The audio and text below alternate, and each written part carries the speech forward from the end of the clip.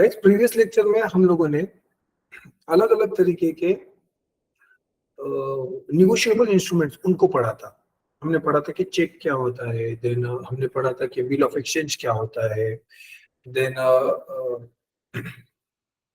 हमने पढ़ा था कि प्रोमिसरी नोट क्या होती है। इस तरीके से हमने अलग अलग निगोशिएबल इंस्ट्रूमेंट्स को लास्ट लेक्चर में देखा था। उसके अलावा हम लोगों ने अलग अलग एटीएम्स के टाइप और एटीएम के फंक्शन, एडवांटेज डिसएडवांटेज, इन सब सारी चीजों को पढ़ा था। आज हम जो टॉपिक पढ़ रहे हैं डिजिटल बैंकिंग, ये उसी से रिलेटेड एक इंपॉर्टेंट इशू है। एक्चुअली डिजिटल बैंकिंग ये न्यू एज बैंकिंग की बात करता है, ठीक है। We are living in the 21st century and the 21st century is the digital age. यहाँ पे जो भी चीज होगी ज्यादातर डिजिटल होगी। Why digital? Because digital provide convenience. जो भी चीज डिजिटल फॉर्म में आ जाती है ना, वो एक तरीके से कन्वीनियंस प्रोवाइड करती है, चीजों को आसान कर देती है।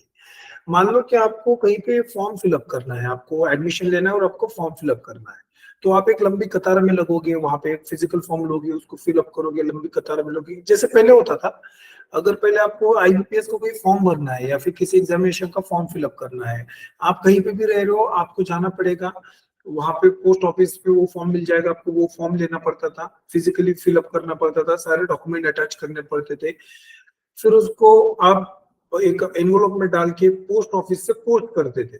इस तरीके से वो पूरी प्रोसेस होती थी, ठीक है। तो ये पूरी प्रोसेस एक दिन में नहीं हो सकती थी, वहां पे बहुत बार एक दिन से ज्यादा लगता था, और एप्लीकेशन तो आपको 5-6 दिन बाद ही होता था आपका पोस्ट में सेंड करने से। लेकिन आज हम देखते हैं कि ये सारी प्रोसेस डिजिटल हो गई है। इसके कारण आप with in minutes, few minutes, आपकी पूरी की पूरी फॉर्म फिलअप की प्रक्रिया कंप्लीट कर देते हैं। That shows the power of digital age. 21st century जो है ना, वो सारी डिजिटल प्लेटफॉर्म पे काम करने वाली सोसाइटी होगी। आप देख रहे होंगे कि आजकल आपकी शॉपिंग भी ऑनलाइन हो गई है, ठीक है ना, आपके बहुत सारे काम ऑनलाइन हो गए। इसलिए ये जरूरी है कि बैंकिंग सेक्टर के अंदर भी इस डिजिटल टेक्नोलॉजी का ज्यादा से ज्यादा यूज किया जाए, for the sake of customer and for the sake of bank benefit also. ये दोनों तरीके से विन विन सिचुएशन होगी।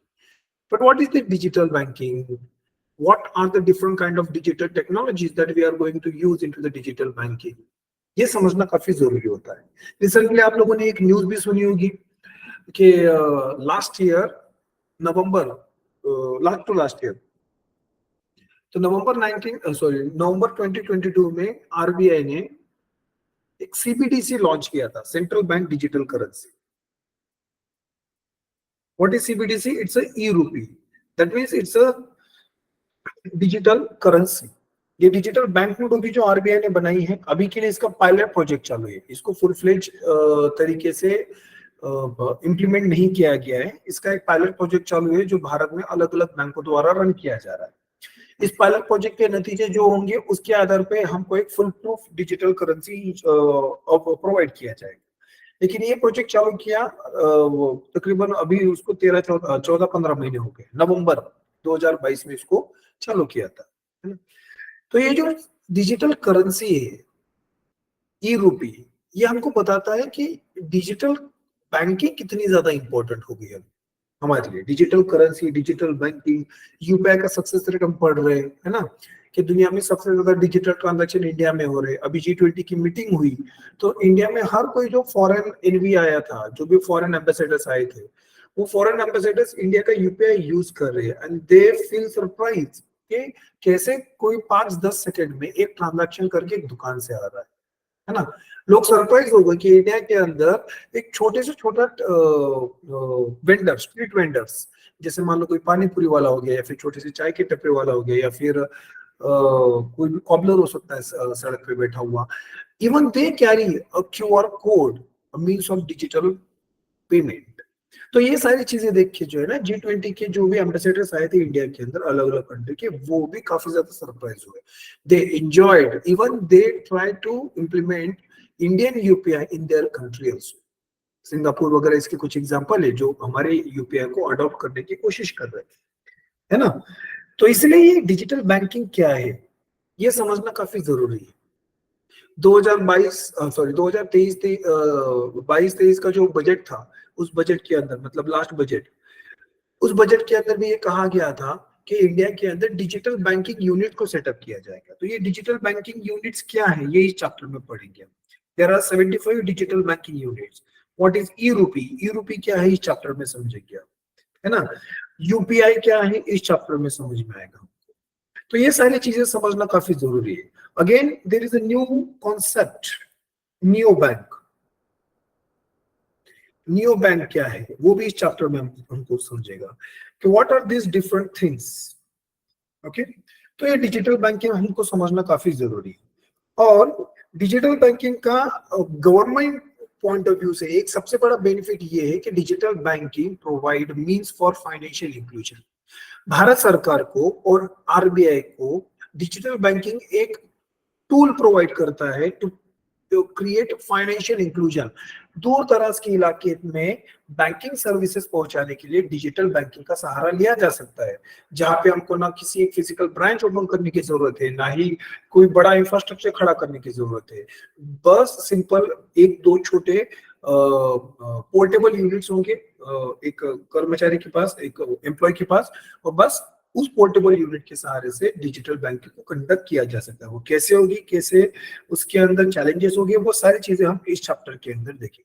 तो चैप्टर थोड़ा बड़ा होगा guys, but exam point of view से ये काफी इंपॉर्टेंट है। आजकल की जो एग्जामिनेशन है ना, वो एग्जामिनेशन अपडेटेड टेक्नोलॉजी को अब्सॉर्ब करने वाली एग्जामिनेशन होगी। तो आप देखोगे तो टेक्नोलॉजी बेस्ड सवाल काफी ज्यादा पूछे जाते हैं, कि अलग अलग चीजें पूछेंगे। आपको पूछेंगे कि डिजी धन क्या है, एक डिजिटल डैशबोर्ड है जो डिजिटल पेमेंट का रियल टाइम डेटा बताता है। तो इस तरीके से आपको पूछा जाएगा कि डिजी धन कौन इंप्लीमेंट कर रहा है ना। तो ये जो डिजिटल वर्ल्ड में जो नई नई टेक्नोलॉजीज आ रही है और इनको बैंक्स अडॉप्ट कर रहे हैं ना, तो ये एग्जामिनेशन में पूछा जाता है। ओके, जैसे एक मैंने एक क्वेश्चन देखा था किसी एग्जामिनेशन में, दैट व्हाट इज इंडलिप। इंडलिप क्या था, तो इंडलिप क्या है वो इस चैप्टर के अंदर आपको समझ में आएगा। ओके, तो लेट्स स्टार्ट डिजिटल बैंकिंग। तो पहले हमको डिफाइन करना पड़ेगा कि व्हाट इज डिजिटल बैंक। ठीक है, डिजिटल बैंक की अलग अलग डेफिनेशन प्रोवाइड की गई है। अलग अलग साइट पे जाओगे, अलग अलग किताबें पढ़ोगे तो आपको डिफरेंट डेफिनेशंस प्रोवाइडेड। लेकिन सारी बात की एक बात, अगर banking services, traditional banking services आप डिजिटल मोड से दे रहे हो, इलेक्ट्रॉनिक मोड या फिर ऑनलाइन मोड से दे रहे हो, तब कहा जाएगा कि वो digital banking. It does not necessarily include use of internet only. Digital banking मतलब बस इंटरनेट का यूज करना है, ऐसा नहीं। बिना इंटरनेट के सहारे से भी डिजिटल बैंकिंग हो सकती है। जैसे कि आप एक यूएसएसडी कोड डाल के भी डिजिटल बैंकिंग कर सकते हो। एक यूएसएसडी कोड होता है, जैसे सॉरी *99#। अगर आपके पास एक बिना इंटरनेट वाला मोबाइल होता है ना, वो फीचर फोन कहते हैं, वो कीपैड वाला, बटन वाला, उसके ऊपर ये नंबर डायल करोगे ना, तब भी आपके डिजिटल ट्रांजैक्शंस की प्रोसेस स्टार्ट हो जाएगी। वहां पे फिर आगे जाकर आपको ऑप्शंस मिलते जाएंगे अलग अलग, but depending on your banking services आप उन ऑप्शन को पिकअप करोगे और आपका डिजिटल ट्रांजैक्शन कंडक्ट हो जाएगा। मतलब बिना इंटरनेट के सहारे से हो रहा है ना। और एक चीज जैसे यूपीआई लाइट, नई वाली चीज है UPI light, that is also performing without internet। तो जब हम डिजिटल बैंकिंग की बात करते हैं, it does not necessarily include the use of internet और ऑनलाइन। उसको ऑनलाइन बैंकिंग कहते हैं, उसके लिए सेपरेट टर्म है। लेकिन जब हम डिजिटल बैंकिंग कहते हैं, वो एक ज्यादा कॉम्प्रिहेंसिव वर्ड है। तो डिजिटल बैंकिंग के अंदर सारे traditional banking services, all traditional banking services with the help of internet and electronic mode।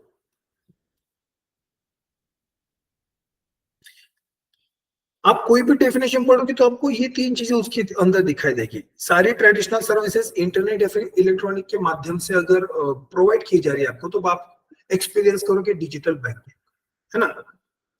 तो ये होती है डिजिटल बैंकिंग की एक बेसिक डेफिनेशन। आप अलग अलग किताबों के अंदर थोड़ी लंबी भी डेफिनेशन पढ़ोगे, एकदम शॉर्ट में भी पढ़ोगे, लेकिन सबका निचोड़ यही निकलेगा, है ना। तो कौन से ट्रांजैक्शंस होते हैं, जैसे कि मान लो आपको अकाउंट ओपन करना, तो पहले ट्रेडिशनल बैंकिंग सिस्टम में आपको एक फिजिकल फॉर्म फिलअप करना पड़ेगा, फिर बैंक में जाना पड़ेगा, बैंक के अंदर वो फॉर्म सबमिट करना पड़ेगा, डॉक्यूमेंट सबमिट करने पड़ेंगे, that process is done. But now everything is online. एक प्रोडक्ट में जानता हूँ, उस प्रोडक्ट का नाम बोलता हूँ कोटक 811, है ना। तो कोटक 811 एक प्रोडक्ट है कोटक का बैंक का, जो आपको ऑनलाइन अवेलेबल है। मतलब यहाँ पे आप जाओगे तो ऑनलाइन अकाउंट खुल जाएगा, सारी प्रोसेस ऑनलाइन हो जाएगी आपकी वहां पे। तो ये ऑनलाइन ऑनलाइन अकाउंट खुलने की एक सुविधा है। तो मतलब ये ट्रेडिशनल सर्विस जो पहले ऑफलाइन थी वो ऑनलाइन हो गई है। मनी ट्रांसफर करना है, मनी विड्रॉ करना है, even your ATM machine is also a digital mode of transaction, क्योंकि आपका एटीएम मशीन भी एक इलेक्ट्रॉनिक और इंटरनेट का मिक्सचर होता है। वो एक मशीन है जो इलेक्ट्रॉनिक मोड में है और वो मशीन इंटरनेट के सहारे से काम कर रही है। तो उस तरीके से वो ट्रांजैक्शन भी क्या होंगे आपके digital transaction. Basically digital transaction are those transaction which does not involve use of cash. Cash use नहीं करोगे तो वो डिजिटल ट्रांजैक्शन है। एटीएम के सहारे से आप वही कर रहे हो, इसीलिए वो भी डिजिटल बैंकिंग के अंदर आ जाता है। इस तरीके से ये ट्रांजैक्शन हो रहे हैं। अगर मैं आपको 2023 की बात करूंगा, फाइनेंशियल ईयर 2023, तो फाइनेंशियल ईयर 2023 में ऑलमोस्ट 114 बिलियन डिजिटल पेमेंट्स हुए हैं। Digital payment 114 billion guys. आप इमेजिन नहीं कर सकते कि इतने बड़े वॉल्यूम में ये ट्रांजैक्शंस हो रहे हैं इंडिया के अंदर, और ये आंकड़ा और बढ़ेगा आगे जाते समय। ठीक है, जैसे जैसे इंडिया के अंदर डिजिटल इंफ्रास्ट्रक्चर बढ़ते जाएगा, ये डेटा और बढ़ते जाएगा आपका। लेकिन ये डेटा भी कोई कम नहीं है। 114 बिलियन ट्रांजैक्शंस मतलब बहुत ज्यादा होते हैं आपके। 1 बिलियन मतलब 100 करोड़ होते हैं। 1 billion amounts to the 100 crore. तो आप अंदाजा लगा सकते हो कि 114 बिलियन डॉलर की कितने हो जाएंगे आपके, है ना। तो इतने बड़े ट्रांजैक्शन हो रहे, इसलिए हमको डिजिटल बैंकिंग क्या है वो समझना जरूरी हो जाता है। ओके, मैं आपको और भी इंफॉर्मेशन देते जाऊंगा बीच में कि कौन से नई टेक्नोलॉजीज आ रही है। आई होप सो आप लोगों को समझ में आएगा कि introduction what is the basic digital bank. तो डिजिटल बैंक ये वो सॉरी डिजिटल बैंकिंग ये उस तरीके की बैंकिंग है जहां पे सारे ट्रेडिशनल बैंकिंग फैसिलिटीज आपके डिजिटल मोड में हो सकते हैं। लेकिन इसके अंदर सारी फैसिलिटी नहीं आ सकती, हमने कहा। But there is a certain exceptions कि डिजिटल बैंकिंग के अंदर कुछ सर्विसेज जो नहीं मिल सकती आपको, एक्सेप्शन में है। ठीक है, तो एक्सेप्शन में क्या आएगा? एक्सेप्शन में आप क्या रखोगे? जैसे लॉकर सर्विस, है ना। आपके पास सोने चांदी के जेवरात होते हैं या फिर इन्वेस्टमेंट की होती है आपने बुलियंस में, अगर आपको उसको बैंक के लॉकर में रखना है तो बैंक आपको लॉकर सर्विस प्रोवाइड करती है। लेकिन वो डिजिटल बैंकिंग के अंदर नहीं प्रोवाइड होगी ना, वहां पे आपको फिजिकल बैंक में ही जाना पड़ेगा। तो इस तरीके से there are certain services which are exception to the digital banking.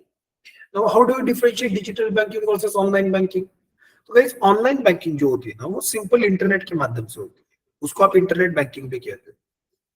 It is nothing but internet banking. और डिजिटल बैंकिंग ऑनलाइन और इलेक्ट्रॉनिक मोड दोनों से होगी, मतलब इंटरनेट और सेलुलर नेटवर्क दोनों से होती है डिजिटल बैंकिंग। ठीक है, it is not necessary online, ये इलेक्ट्रॉनिक मोड से भी हो जाएगी, इंटरनेट दोनों तरीके से। अगर आपको ऑनलाइन बैंकिंग सर्विसेज लेनी है तब आपको बैंक के सर्वर पे जाना पड़ेगा। ऑनलाइन साइट होती है, जैसे अगर मुझे मान लो नेफ्ट करना है, NEFT, नेफ्ट ट्रांजैक्शन करनी है मुझे, ठीक है, नेशनल इलेक्ट्रॉनिक फंड ट्रांसफर। तो नेफ्ट ट्रांजैक्शन करने के लिए मुझे इंटरनेट बैंकिंग का ही सहारा लेना पड़ेगा। उसके लिए मुझे मेरे बैंक के सर्वर पे जाना पड़ेगा, वहां पे मुझे लॉग इन करना पड़ेगा, क्रेडेंशियल्स इनपुट देना पड़ेगा, उसके बाद नेफ्ट ट्रांजैक्शन होगी ना। डिजिटल बैंक जैसे यूपीआई लाइट, उसके लिए मुझे इसकी जरूरत नहीं है। I don't need internet activities, internet for the transaction. तो मेरे यूपीआई लाइट अकाउंट में कुछ पैसे हो गए अप टू 2000 रुपीज, 2000 रुपए तक के पैसे होते हैं वहां पे, और मैं एक ट्रांजैक्शन 500 रुपए का, मैक्सिमम एक ट्रांजैक्शन 500 का होगा। तो इस तरीके से मैं यूपीआई लाइट में अपने मिनिमम ट्रांजैक्शन कर सकता हूँ। या फिर यूएसएसडी कोड डाल के, ठीक है, तो यूएसएसडी कोड आपका सेलुलर नेटवर्क पे काम करता है। तो इस तरीके से यहाँ पे इंटरनेट यूज नहीं हो रहा है। जैसे मान लो कि गाइस आप फोन करते हो किसी को, तो आपके पास इंटरनेट कनेक्टिविटी हो नहीं हो फिर भी फोन कनेक्ट होता है ना, क्योंकि जो फोन कनेक्ट हो रहा है वो सेलुलर नेटवर्क का यूज कर रहा है। ओके, लेकिन जब आपको यूट्यूब सर्फ करना है वहां पे, तब आपको नेसेसरली इंटरनेट कनेक्टिविटी चाहिए वहां पे, है ना। वो सेलुलर नेटवर्क से यूट्यूब आप नहीं चला सकते हो। इस तरीके से डिफरेंस आएगा। तो online banking required use of internet, and for that customer have to visit to the bank server through their website, और वहीं से वो सारा काम किया जाएगा। लेकिन डिजिटल बैंकिंग के लिए इसकी जरूरत नहीं हो सकती। ये भी आएगा इसके अंदर, मतलब online banking is a subset of digital banking, आप ऐसा कह सकते हो। तो इस तरीके से डिजिटल बैंकिंग और ऑनलाइन बैंकिंग के अंदर एक डिफरेंस आएगा। ठीक है, तो all traditional banking services that are available on 24/7, 24/7, ये मोबाइल पे हो सकता है, स्मार्टफोन, ठीक है, कंप्यूटर्स। तो 24/7 जब मोबाइल, स्मार्टफोन या फिर कंप्यूटर के सहारे से मुझे बैंकिंग सर्विसेज मिलेगी, तब मैं उसको कहूंगा ऑनलाइन बैंकिंग। ओके, लेकिन guys what are the different services that we get through online banking? तो कौन सी सर्विसेज है जो आप ऑनलाइन बैंकिंग से बाय कर सकते हो या फिर कर सकते हो आप? तो जैसे पहला, बैंक अकाउंट ओपन कर सकते हो, बैंक अकाउंट ओपन कर सकते हो आप, ठीक है। और बैंक स्टेटमेंट इशू कर सकते हो,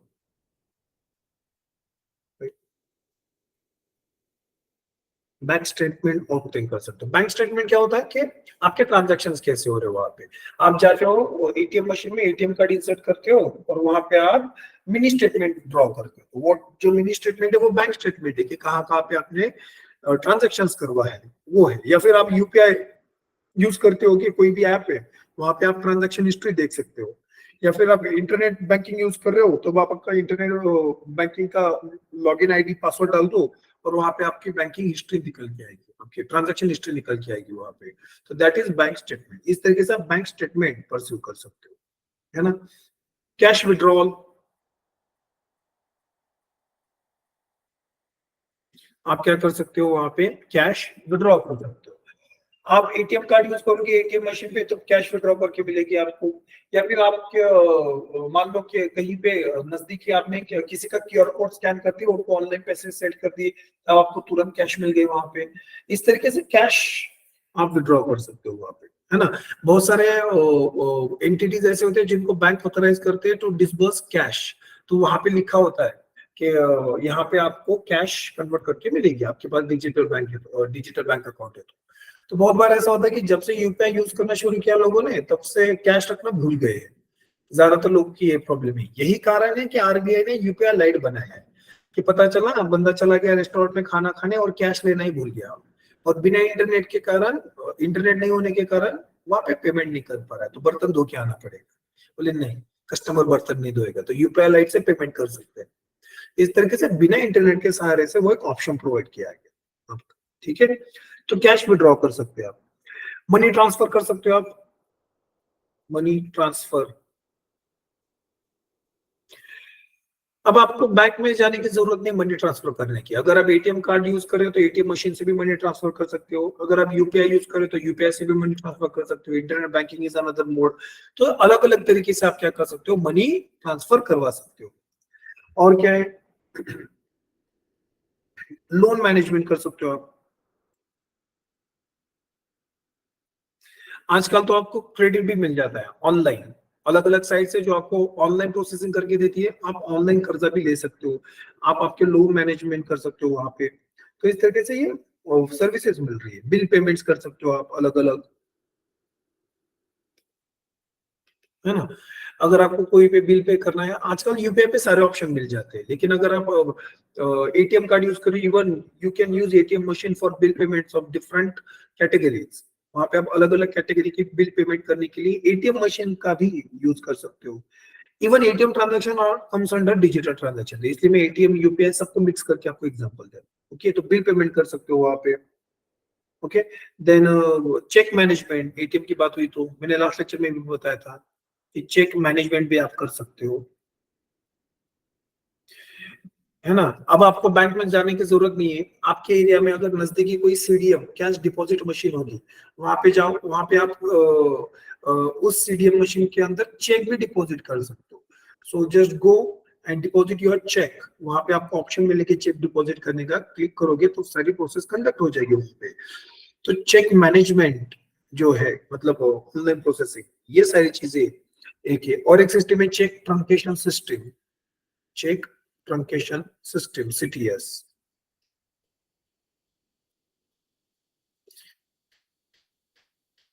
truncation system, cheque truncation system means क्या आप आपके चेक का फोटो निकालोगे और उस फोटो को प्रोसेस करवाओगे, आपको जरूरी नहीं नेसेसरी बैंक में जाके वो चेक और डिपॉजिट ही करना पड़ेगा। ओके, तो इस तरीके से अलग अलग तरीके हैं जो आपके डिजिटल बैंकिंग के अंदर आ सकते हैं, है ना। तो ये सारे आपको ट्रांजैक्शंस मिलते हैं। ओके गाइस, डिजिटल बैंकिंग के अंदर आप अलग अलग वर्ड भी सुन रहे होगे, जैसे मोबाइल बैंकिंग सुन रहे होगे आप, मोबाइल बैंकिंग या फिर internet banking,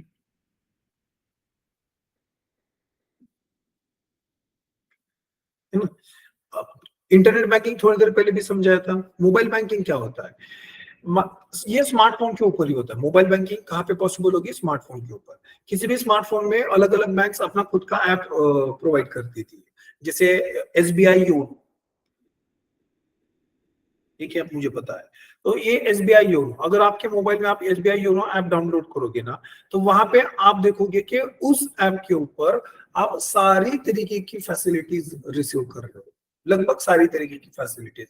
you can choose to buy insurance over there, you can choose to invest in particular stock और बॉन्ड ओवर देयर, है ना। आप आपका अकाउंट ओपन कर सकते हो वहां पे, आप अलग अलग तरीके के ट्रांजैक्शन कर सकते हो, है ना। अगर आपको वहां पे केवाईसी अपडेट करना है, आप केवाईसी अपडेट भी कर सकते हो, आपको बैंक में जाने की जरूरत नहीं है। अगर आपका एटीएम कार्ड लॉस हो गया तो वहां पे जाके आप ब्लॉक भी कर सकते हो, वहां पे आपको बैंक में जाने की जरूरत नहीं है। तो इस तरीके से ये सारी चीजें क्या है, आपके डिजिटल बैंकिंग के अंदर आ रही है, तो सॉरी मोबाइल बैंकिंग के अंदर आ रही है। तो mobile banking is a subset of digital banking, है ना। तो मोबाइल बैंकिंग मतलब क्या है कि जब एक मोबाइल के अंदर, एक ऐप के अंदर आपकी सारी बैंकिंग एक्टिविटीज मिल जाएगी आपको, तो आप उसको कहोगे मोबाइल बैंकिंग। इंटरनेट बैंकिंग क्या है कि जब आप इंटरनेट के सहारे से बैंकिंग एक्टिविटीज करोगे बाय यूजिंग बैंक सर्वर, तो आप बैंक के सर्वर पे लॉग इन करोगे और वहां से आपके ट्रांजैक्शन, वहां से आपके एक्टिविटीज, बैंकिंग एक्टिविटीज को कंडक्ट कर रहे हो, तो वो हो जाएगा आपका इंटरनेट बैंकिंग। इस तरीके से माइनर डिफरेंस होते हैं। इन जनरल इन सारी चीजों को हम डिजिटल बैंकिंग के अंदर, okay. I hope so guys कि ये माइनर डिफरेंसेस आज आप समझ पा रहे हो। तो this is your mobile banking and internet banking, okay. तो गाइस, ये बेनिफिट्स क्या है इन चीजों की? What are the different benefits? इतना डिजिटल बैंकिंग हो रहा है, मैंने आपको शुरुआती समय में एक छोटा सा इंट्रोडक्शन दिया था कि डिजिटल बैंकिंग क्या होता है, but what are the different benefits of digital banking? Benefit बहुत सारे हैं, बेनिफिट्स है इसलिए डिजिटल बैंकिंग बढ़ रही है ना। और अगर हम इंडिया की जर्नी देखेंगे तो पिछले 15 सालों में डिजिटल बैंकिंग में जितना लीप लिया है उतना कभी नहीं लिया है। That's because of revolution in mobile. ये जो मोबाइल से या फिर स्मार्टफोन से सेल्युलर नेटवर्क है, इनमें जो रिवोल्यूशन हुआ है, ये रिवोल्यूशन ही इस चेंज का कारण है। मतलब आप देख रहे होंगे कि आज से लेके तकरीबन 12-15 साल पहले इंटरनेट 2G पे चल रहा था। वहां पे अगर आपको एक इमेज भी डाउनलोड करनी है तो 1 मिनट वेट करना पड़ रहा था, है ना। लेकिन आज 5G टेक्नोलॉजी की बात करें, जहां पे एक एक 1.5 जीबी के फाइल्स आपके चंद मिनटों में डाउनलोड हो जाते हैं, है ना। जहाँ पे आप 5G की मदद से वर्चुअल ऑपरेशन करने की बात करते हो कि डॉक्टर कहीं पे दिल्ली में बैठा है और चेन्नई में बैठे रोबोट के सहारे से वो ऑपरेशन कर रहा है with by using 5G network. तो ये internet network, then mobile technology, जैसे स्मार्टफोन, एक स्मार्टफोन के अंदर अलग अलग टेक्नोलॉजी मिलती है ना। आपको नियर फील्ड कम्युनिकेशन, एनएफसी जैसी टेक्नोलॉजी मिलती है जो आपका मोबाइल ही एटीएम में कन्वर्ट करके देता है। एनएफसी, नियर फील्ड कम्युनिकेशन, ये ऐसी टेक्नोलॉजी है मोबाइल के अंदर जो रेडियो फ्रिक्वेंसीज का सहारा लेती है ना, जैसे आपका एटीएम कार्ड, वहां पे माइक्रोचिप लगता है ना, उस तरीके से। तो वो आपके एटीएम कार्ड की तरह यूज किया जा सकता है। तो विदाउट कार्ड्स आजकल आप पेमेंट कर रहे हो मोबाइल के सहारे से, मतलब कार्ड नहीं, मोबाइल यूज कर रहे हो, मोबाइल टैप कर रहे हो, पेमेंट करके जा रहे हो, एनएफसी सर्टिफाइड मोबाइल्स होते हो। इस तरीके से मोबाइल टेक्नोलॉजी में काफी रिवोल्यूशनरी हो गई है ना। तो इसके कारण क्या हो गया है कि डिजिटल बैंकिंग काफी ज्यादा आसान हो गई है। तो इसके बेनिफिट्स क्या है, पहले इसके बेनिफिट्स देखते हैं, बाद में इसके चैलेंजेस देखें। ओके, तो बेनिफिट, सबसे पहला बेनिफिट कन्वीनियंस।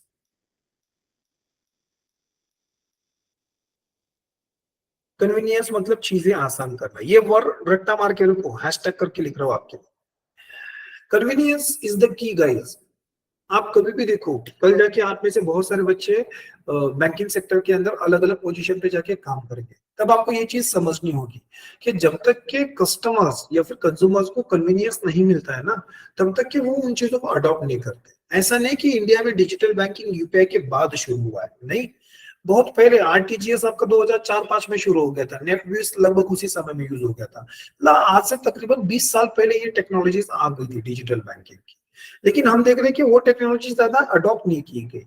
लेकिन यूपीआई जब से डिमोनेटाइजेशन हुआ 2016 के बाद, यूपीआई ने जो जंप मारी है एक्सेप्टेंस में, मतलब कभी देखा नहीं हम लोगों ने, इतना ज्यादा यूपीआई का वहां पे यूज हो गया। उसका सिंपल एक ही कारण है, convenience. UPI provide more convenience to the customer then the other internet banking और डिजिटल बैंकिंग ऑप्शंस। आप कार्ड पेमेंट देख लो, आप इंटरनेट बैंकिंग की पेमेंट देख लो, और यूपीआई की पेमेंट देख लो, तीनों में सबसे आसान पेमेंट यूपीआई की होती है। मोबाइल निकालो, स्कैन करो, पासकोड डालो, और 10 सेकंड के अंदर आपकी पेमेंट डन, बाहर निकल जाओ दुकान के बाहर। इतना ज्यादा कन्वीनियंस नहीं था पहले, तो इसलिए कन्वीनियंस इज द की। तो जो चीज जितनी ज्यादा आसान होती जाएगी, उसकी एक्सेप्टेबिलिटी और बढ़ेगी, और उससे इफिशियंसी और बढ़ेगी, है ना। तो कन्वीनियंस एक सबसे इंपॉर्टेंट पॉइंट होता है। जब भी डिजिटल की बात आएगी तो डिजिटल क्या प्रोवाइड करता है, कन्वीनियंस। ओके, दूसरा benefit savings of time and energy. Savings of time and energy, correct. समय काफी बच रहा है। मैंने आपको थोड़ी देर पहले एग्जांपल दिया कि एग्जाम पहले अगर आपको एग्जाम फॉर्म फिलअप करना पड़ता था तो काफी ज्यादा समय लगता था, आजकल वही काम मिनटों में हो रहा है ना। उससे एनर्जी भी बच रही है आपकी, ठीक है ना। कहीं पे बिल पे करना है, पहले अगर इलेक्ट्रिसिटी बिल पे करने जाना है तो आपको लंबी लंबी कतारों में खड़ा होना पड़ता था, आजकल मोबाइल पे बैठे बैठे हो रहा है, चलते चलते आप बिल पेमेंट कर देते हो कहीं पे भी, है ना। तो इस तरीके से ये सेव कर रहा है आपका टाइम और एनर्जी। तो ये सबसे इंपॉर्टेंट चीज है यहाँ पे, savings of time and energy. Third benefit 24/7 availability. That digital banking is available 24/7। पहले पॉसिबल नहीं होता था ना गाइस कि आपके अकाउंट में 10 लाख रुपए पड़े हैं और आपको रात को 2 बजे कुछ पेमेंट करनी है, तब आप रात को 2 बजे बैंक खुलवाओ और पेमेंट करवाओ, नॉट पॉसिबल। बैंकिंग समय, बैंकिंग आवर्स में आपको जाना पड़ता था वहां पे, तभी जाके आपके ट्रांजैक्शन हो सकते थे, है ना। लेकिन डिजिटल बैंकिंग की मदद से 24/7 अवेलेबिलिटी होगी। चेक एक ऑप्शन था वहां पे, चेक के थ्रू भी ट्रांजैक्शन हो सकते थे, लेकिन सारे लोग चेक नहीं इशू कर सकते थे ना, क्योंकि ज्यादा बैलेंस नहीं होता था लोगों के अकाउंट में। आज आपके मोबाइल, अगर आपके अकाउंट में मान लो 500 रुपए भी है ना, तब भी आप डिजिटल पेमेंट के सहारे से 24/7 ट्रांजेक्शन कर सकते हो वहां पे, है कि नहीं। तो इस तरीके से 24/7 ट्रांजैक्शन आप वो सर्विसेज अवेलेबल कर सकते हैं, बैकएंड फंक्शन कर सकते हैं। चौथा सबसे important, paperless transaction. Paperless transactions guys, ये इन्वायरमेंटल फ्रेंडली भी है। जितने ज्यादा डिजिटल ट्रांजैक्शन होंगे उतने ज्यादा हम इन्वायरमेंटल फ्रेंडली बनते जाएंगे, इन्वायरमेंट के ऊपर ये कार्बन फुटप्रिंट को कम करते जाएगा। क्योंकि जो भी पेपर बनता है वो वुड पल्प से ही बनता है, ज्यादातर पेपर वुड पल्प से ही बनता है। इसलिए हम जितना पेपर कम यूज करेंगे उतना हम पेड़ों को बचाएंगे ना। तो paperless transaction is the most efficient way to conduct any transaction. इसलिए डिजिटल ट्रांजैक्शन वो चीज करके करने में मदद कर रहा है। तो पेपरलेस ट्रांजैक्शन ये भी उसका एक फीचर है। ओके, और क्या बेनिफिट्स है, ऑटो पे एक बेनिफिट है, ऑटोमेटिक पेमेंट। अगर आप डिजिटल पेमेंट कर रहे हो तो आप ऑटोमेटिक पेमेंट भी वहां पे कर सकते हो। जैसे मान लो आपने कर्जा लिया है, हाँ, और आपके कर्जे का ईएमआई होता है। मान लो कभी कभी बहुत बार क्या हो जाता है कि अंडर वेरियस प्रेशर्स हम भूल जाते हैं कि हमारी ड्यू डेट क्या थी। उस समय में अगर हम ड्यू डेट भूल जाएंगे तब हमारा क्रेडिट स्कोर खराब हो सकता है। लेकिन अगर डिजिटल पेमेंट है तो आप ऑटो पे का ऑप्शन रख सकते हो, ऑटोमेटिक डिडक्शन हो जाएगा आपके अकाउंट से। तो इस तरीके से digital transaction will help you to maintain your financial transaction, है ना। तो वो आपके रिकॉर्ड्स को मेंटेन रखेगा वहां पे। तो ये उसका एक बेनिफिट है। Okay, what is the benefit? ये मैं कस्टमर पॉइंट ऑफ व्यू से बोल रहा हूँ ज्यादातर ट्रांजैक्शन, ठीक है। What are the benefits? Reduce counterfeit currency.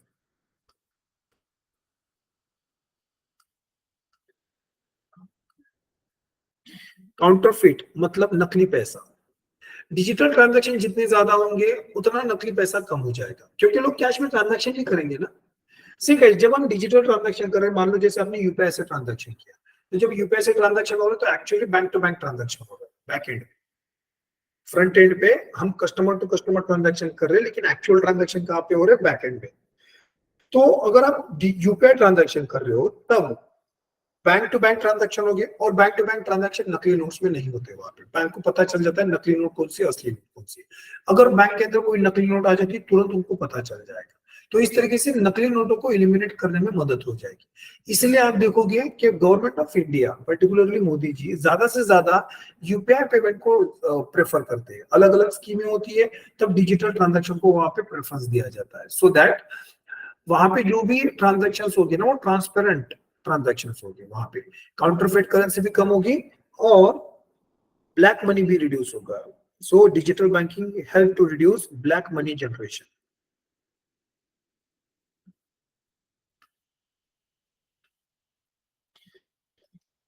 Digital transactions क्या करेंगे? ब्लैक मनी जनरेशन को कम करेंगे, और ये दोनों चीजें मिलकर आप कह सकते हो ट्रांसपेरेंसी। डिजिटल ट्रांजेक्शन्स ट्रांसपेरेंसी बढ़ा रहे, they increase transparency in economy. कैसे? पहले तो ब्लैक मनी को कम करके और काउंटरफेट करेंसी को भी कम करके। ब्लैक मनी क्या होता है गाइस? तो ये अनअकाउंटेड पैसा होता है। ये ऐसा पैसा है जिसका कोई अकाउंट नहीं होता है, क्योंकि इसकी कोई रसीद नहीं बनती है, कोई डिजिटल ट्रेल नहीं इसका। तो मान लो मैंने आपको कैश पेमेंट कर दी कुछ, और उसकी ना कोई रसीद बनी, ना किसी ने देखा, ना किसी ने मेंशन किया, तो वो जो आपको मैंने पेमेंट की है वो सारी ब्लैक पेमेंट होगी। इसके ऊपर ना भारत सरकार टैक्स लगा सकती है, कुछ नहीं कर सकती है, ना ही आरबीआई इस पैसे के ट्रांजैक्शन को कंट्रोल कर सकती है ना। जैसे आरबीआई को अगर मनी सप्लाई कंट्रोल करना मार्केट में, तो वो रेपो रेट के सहारे से, मतलब मॉनेटरी पॉलिसी के सहारे से मनी सप्लाई को रेगुलेट करेगी। लेकिन क्या मॉनेटरी पॉलिसी ब्लैक मनी के ऊपर अप्लाई हो सकती है? नहीं हो सकती है, क्योंकि मॉनेटरी पॉलिसी उसी पैसे को रेगुलेट कर सकती है जो पैसा अकाउंटेड है, जो बैंकों के थ्रू पेमेंट हो रहा है, या फिर किसी न किसी तरीके से लीगल तरीके से हो रहा है।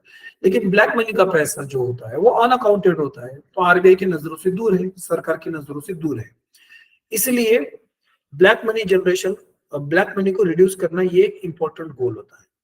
तो digital transaction will help to reduce black money and counterfeit currency in a particular country, and that may increase the transparency in economy। और जैसे ट्रांसपेरेंसी बढ़ेगी उससे हमारी जीडीपी ग्रोथ दिखाई देगी। जीडीपी ग्रोथ, वर्ल्ड बैंक की एक प्रीवियस रिपोर्ट थी, दैट रिपोर्ट्स आई थिंक उसको 1 साल हुआ होगा। वो रिपोर्ट क्लियरली कहती थी कि इंडिया का जीडीपी जितना दिखता है उससे वो तकरीबन 200% से ज्यादा है, मोर देन 200%, मतलब 2 गुना से ज्यादा है इंडिया का जीडीपी। हमारा जीडीपी अभी हम $3.8 ट्रिलियन तक काउंट कर रहे हैं, है ना। ये उसका 2 गुना है, मतलब $7 ट्रिलियन से ज्यादा इंडिया का जीडीपी है अकॉर्डिंग टू दैट रिपोर्ट। लेकिन हम देख रहे हैं $3.5 ट्रिलियन के आसपास, मतलब $4 ट्रिलियन के आसपास। तो बचा हुआ पैसा कहाँ पे? तो वो ब्लैक मनी में है। अब इतना पैसा अगर इंडिया में ज्यादा है तब उतना ज्यादा इन्फ्लेशन भी तो है ना गाइस। तो आप इम्पैक्ट दे सकते हो इन चीजों का। तो ये सारा इम्पैक्ट अगर हमको रिड्यूस करना है तो उसके लिए हमको ब्लैक मनी रिड्यूस करना जरूरी है। और ब्लैक मनी रिड्यूस करने के लिए सरकार के पास कुछ गिने चुने ऑप्शन है। जैसे एक ऑप्शन डिजिटल ट्रांजैक्शन, जितने ज्यादा डिजिटल ट्रांजैक्शन उतनी ब्लैक मनी कम रिड्यूस जनरेट होगी। तो पहला है डिजिटल ट्रांजैक्शन।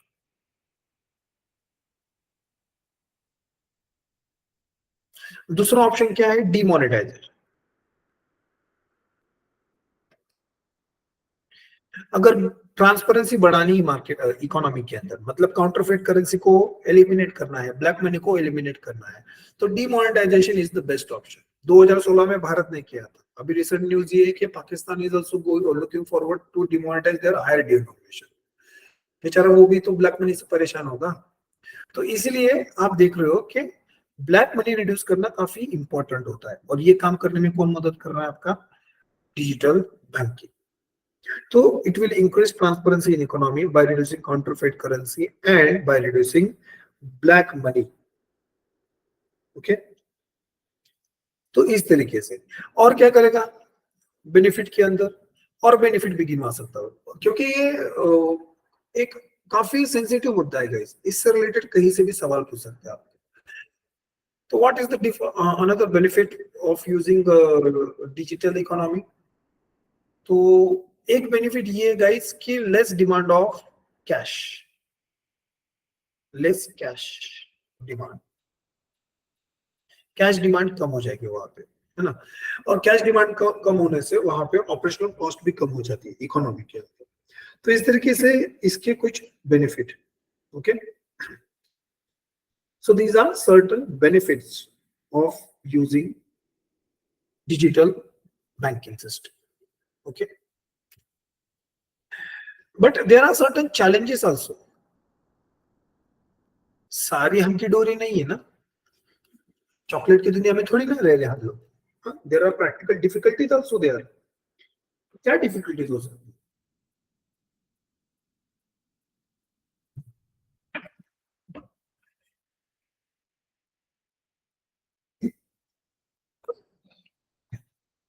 सॉरी गाइस, क्या डिफिकल्टीज हो सकती है guys? Challenges.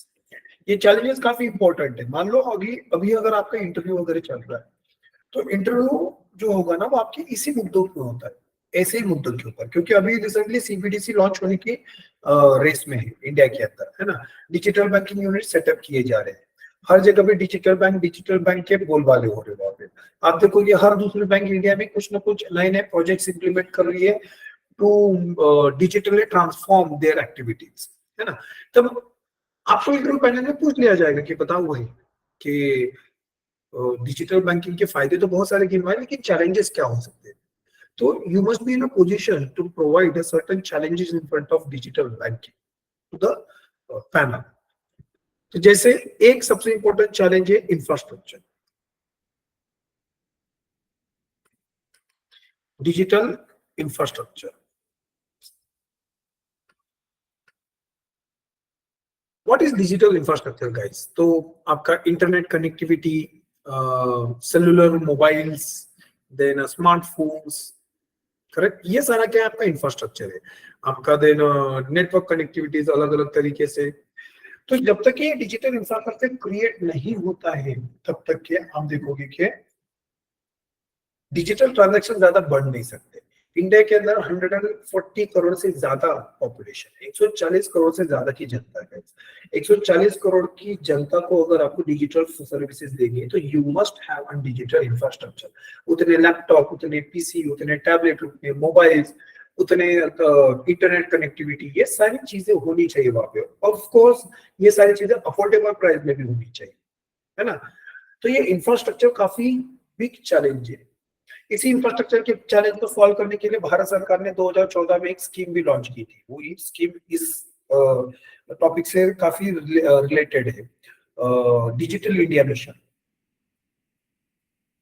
Digital India mission क्या है? Digital India mission, digital India mission के तहत भारत सरकार ये कोशिश कर रही है कि गांव गांव तक इंटरनेट कनेक्टिविटी प्रोवाइड करेंगे through optical fibre cable network. गांव गांव ऑप्टिकल फाइबर केबल नेटवर्क को बिछाया जाएगा और वहां से इंटरनेट कनेक्टिविटी प्रोवाइड की जाएगी। जैसे गांव में कोई ग्राम पंचायत है, कोई हॉस्पिटल है, कोई स्कूल है, वहां तक इंटरनेट कनेक्टिविटी प्रोवाइड की जाएगी। अगर मान लो गांव तक इंटरनेट कनेक्टिविटी प्रोवाइड हुई तो वहां पे कॉमन सर्विस सेंटर के through digital transaction, digital banking services provide की जा सकती है ना। तो ये इंफ्रास्ट्रक्चर काफी इंपॉर्टेंट है। और एक चीज मैंने बोलते बोलते बोली, common service centre, CSC। Common service centre होते हैं, ये एक यूनिट है, these are known as basically ये डिजिटल यूनिट है, ministry of information and technology के तहत इनको बनाया जाता है। कॉमन सर्विस सेंटर क्या है कि इंडिया में digital services, I am not talking about banking services only, सारी तरीके की डिजिटल सर्विसेज को बढ़ावा देने के लिए, गुड गवर्नेंस क्रिएट करने के लिए कॉमन सर्विस सेंटर्स को बनाया जा रहा है। भारत सरकार की तरफ से इनका स्किल ट्रेनिंग होता है, इनको स्किल ट्रेनिंग सर्टिफिकेट मिलता है वहाँ पे कॉमन सर्विस सेंटर चलाने के लिए। उसके बाद ये लोग ये जो सर्टिफिकेट धारक लोग हैं ये अपना कॉमन सर्विस सेंटर चलाएंगे, एक तरीके से साइबर कैफे इन शॉर्ट। तो ये कॉमन सर्विस सेक्टर मतलब एक साइबर कैफे की तरह काम करेगा। यहाँ पे कोई भी लोग जाएंगे और वो अपनी डिजिटल सर्विसेज को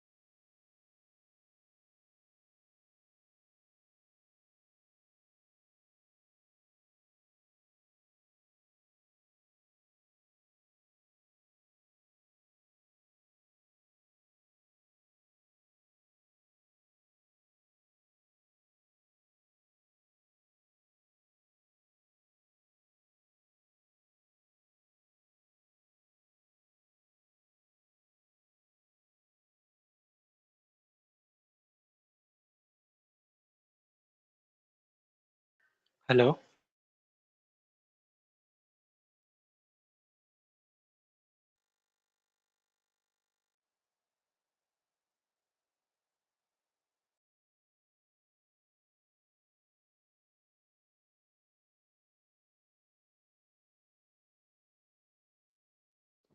हेलो गाइस,